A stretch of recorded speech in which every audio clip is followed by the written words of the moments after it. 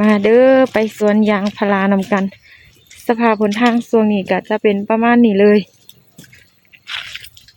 หลังจากที่พักไปดนเติบเนาะเนื่องจากว่าฝนตกเดะนี่ก็จะเป็นสภาพยางพาราของเฮาที่ว่าฝนตก2-3 มื้อแล้วเฮาบ่ได้มากรีดมื้อนี้ก็เลยว่าญาติเวลามากรีดซะนี่น้ำเต็มเลย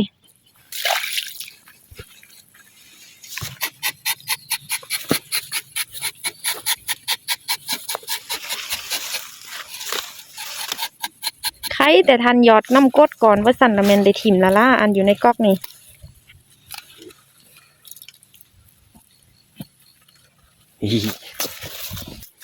โอ้ตัวนี้ฟูน้ำอยู่เลย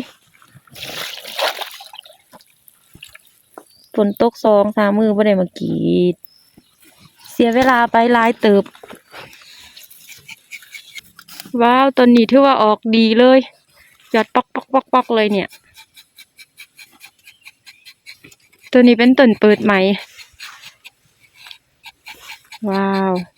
หยอดปอกเลยเบิ่งน้ำยางไหลตัวนี้คือเฮาจะกรีดแบบธรรมชาติเลยเฮาจะบ่ได้ใส่ยากระตุ้นหรือว่ายาเล็งหยังเอาแบบว่า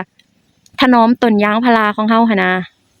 แต่ปุ๋ยบำรุงต้นยางแล้วก็จะมีหลังจากกรีดแล้วก็ทายาแดงนี่แต่จะบ่ใส่ยากระตุ้นน้ำยางก็บ่ออกหลายสำส่วนอื่นแต่ก็ถือว่าโอเคแล้วเพราะว่าเฮาเน้นรักษาต้นยางของเฮาหั่นนะไปกันต่อ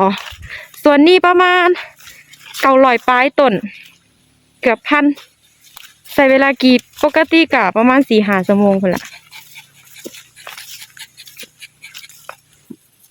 บรรยากาศสวนก็ถือว่าคักแฮง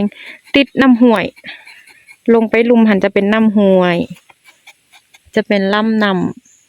ำบรรยากาศดีขนาดเลยฟาดเบิ่งต้นนี่นะทุกคนต้นใหญ่แท้ใหญ่ว่ะพี่แบบกอดหนึ่งพุ่นนะกอดหนึ่งก็เกือบว่าจอด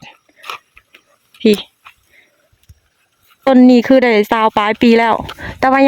ยังออกดีอยู่เพราะว่าเฮาเน้นบำรุงแล้วเฮาบ่ได้ใส่สารกระตุ้นหรือว่าสารเล็งหยังหั่นนะโอ้ยบรรยากาศก็ดีแฮงอยู่แคมป์น้ำแบบนี้เลยแล้วก็บวกกับว่าช่วงนี้เป็นช่วงยามหนาวอากาศเริ่มเย็นแล้วหั่นนะล่ะยางพาราเฮาก็จะออกดีคิดอีกประมาณจักเดือนปลายนี่ก็สิได้เซาแล้ว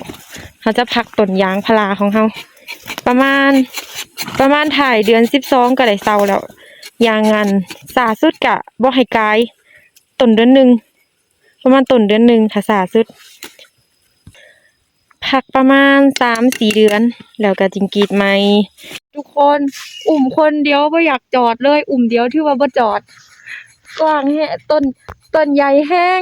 20 ปลายปีแล้วต้นนี้แล้วก็ออกดีอีกนี่นะใส่ก๊อกแบบธรรมดาบ่ได้เลยต้องได้ใส่อันเป็นกระตุกแบบนี้ตัดเอาแล้วก็เต็มเกือบทุกหอบเลยทุกหอบที่มาเก็บหั่นนะเต็มเด้บ่อยากจะอวดลายกรีดก็งามเด้อเพราะว่าเฮาถนอมต้นยางของเฮาอยากให้มันอยู่กับเฮาไปดนๆหั่นนะไปกินต่อยังบ่แล้วง่ายมื้อนี้นะเฮาประมาณ4-5 ชั่วโมงพุ่นล่ะส่วนเฮามีผักกูดนำเด้อทุกคนเด้ยอดก็งามอยู่พอได้เก็บกินอยู่มาสวนยามใดก็ได้เด้มาสวนยามใดก็ได้เก็บกินอยู่ได้เอาไปอันนั่นเพราะเฮาบ่ได้ใส่ยาฆ่าหญ้าเฮาปล่อยธรรมชาติเฮามีแต่ตัดหญ้านะบางสวนที่ว่าใส่ยาฆ่าหญ้านี่จะเก็บกินบ่ได้นี่นะอันตรายต่อสุขภาพแถวลุ่มนี่แถวที่ติดคลองห้วยนี่จะออกดีที่สุดเพราะว่ามันอยู่ไกลห้วยแล้วก็หากมันน่าจะดูดซึมน้ำได้ดีหั่นนะต้นใหญ่แล้วก็ออกดีออกทุกต้นเลยขนาดว่าน้ำท่วมได้นี่นะน้ำท่วมแล้วก็บางต้นก็กิ่งจนหักแต่ก็ยังออกดีอยู่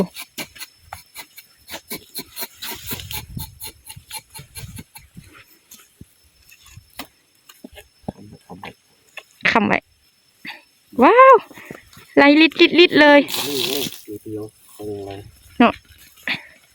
อันนี้คือมีดเดียวได้นี่นะได้แบบเคิงก๊อกแล้วต้นใหญ่แห้งเบิ่งต้นยางพารากับคนกรีดว้าย่อยปอกๆเลย อยากให้เป็นแนวนี้ทุกต้นเด้เนาะรวยเละเลยว้าวยางแล้วทุกคนเอ้ยบัดนี้เฮามาเก็บผักกูดต่อนี่ผักกูดนี่เฮ็ดได้หลายเมนูได้เอาไปผัดใส่น้ำมันหอย เอาไปซุปเอาไปยำหยังก็ได้หมดเด้ผักกูดธรรมชาติเด้นี่นะเฮาบ่ได้ปลูกดอกน้ำท่วมแล้วมันเกิดขึ้นมาเองแล้วก็เลยว่ากลายเป็นป่าผักกูดแบบนี้เลย อยู่สวนยางของเฮาถือว่ามีให้กินตลอดปีเลยแหละ เพราะว่ามันอยู่มอแคมน้ำแดสินะช่วงที่ว่าเป็นช่วงฤดูมันนั่นแท้ๆนะโอ้ยกินน้ำจนบ่ทันเต็มแต่ว่าช่วงนี้แท้กะยามหนาวมันบ่ค่อยอันนั้นบ่ค่อยงามปานใดแต่ก็ถือว่ามีอยู่นี่กำลังพอดีเป็นตากินเลยยอดบ่ใหญ่หลายแต่ว่าก็อ่อนอยู่เฮาเก็บแบบพอดีอ่อนกินเลยอุ้ยมีดอกไม้ป่าอยู่นี่อีกนำงามเป็นดอกหยังนี่นะอุ้ยงามแท้กอเป็นดอกหยังพุ่นแหละคล้ายๆคือหมากส้มพอดีเลยอันเนี้ยใบก็คล้ายๆกันแต่ว่าดอกเป็นสีเหลืองงามนี่อยู่นี่ก็กำลังงามเลยว้าวยอดนี่งามแล